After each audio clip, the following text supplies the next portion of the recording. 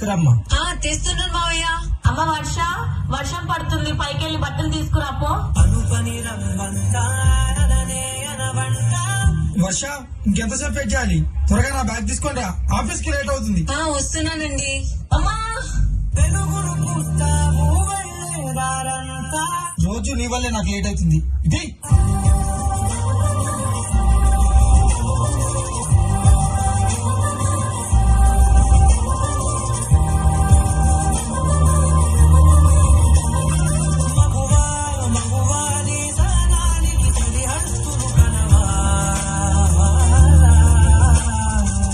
ఏమండి ఇట్రండి, కడుపులో బాబు చూడండి ఎలా తన్నుతున్నాడు. అదేంటి నాన్న, కడుపులో తమ్ముడు తంతున్నా అమ్మ అంత సంతోషపడుతుంది? అది నొప్పి కాదు నాన్న, నొప్పని మనం అనుకుంటున్నాం, నీ తమ్ముడి ప్రేమని అమ్మ అనుకుంటుంది.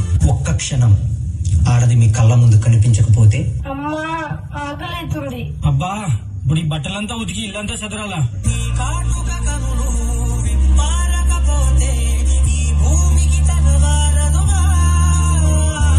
ఆ ఒక్క క్షణం ఆడవాళ్ళ విలువ తెలుస్తుంది.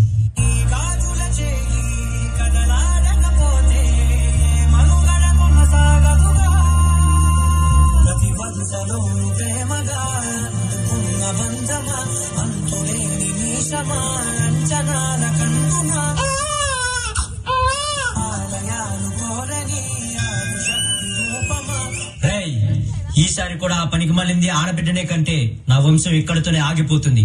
ఈసారి మగబిడ్డను కనకపోతే నువ్వు వేరే పెళ్లి చేసుకుని నా వంశాన్ని నిలబెట్టాలి, అర్థమవుతుందా? మావయ్య, మీ ఇంటికి వారసునిచ్చాం.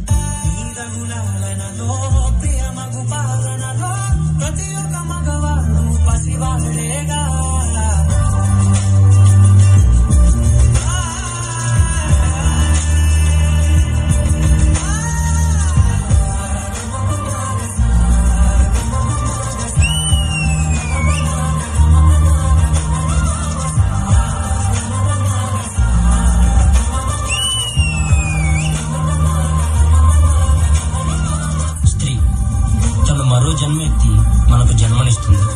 పిల్లల కోసం తను కన్న కలల్ని, భవిష్యత్తుని త్యాగం చేస్తుంది. ప్రతి మగాడి విజయం వెనక ఒక ఆడది ఉంటుంది అంటారు.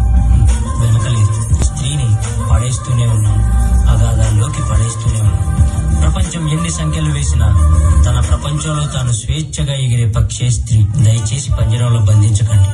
అవును, మగవాళ్ళు గొప్పవాళ్ళే, కానీ స్త్రీని గౌరవించడంలోనే ఆ గొప్పతనం ఉంటుంది. Please respect women.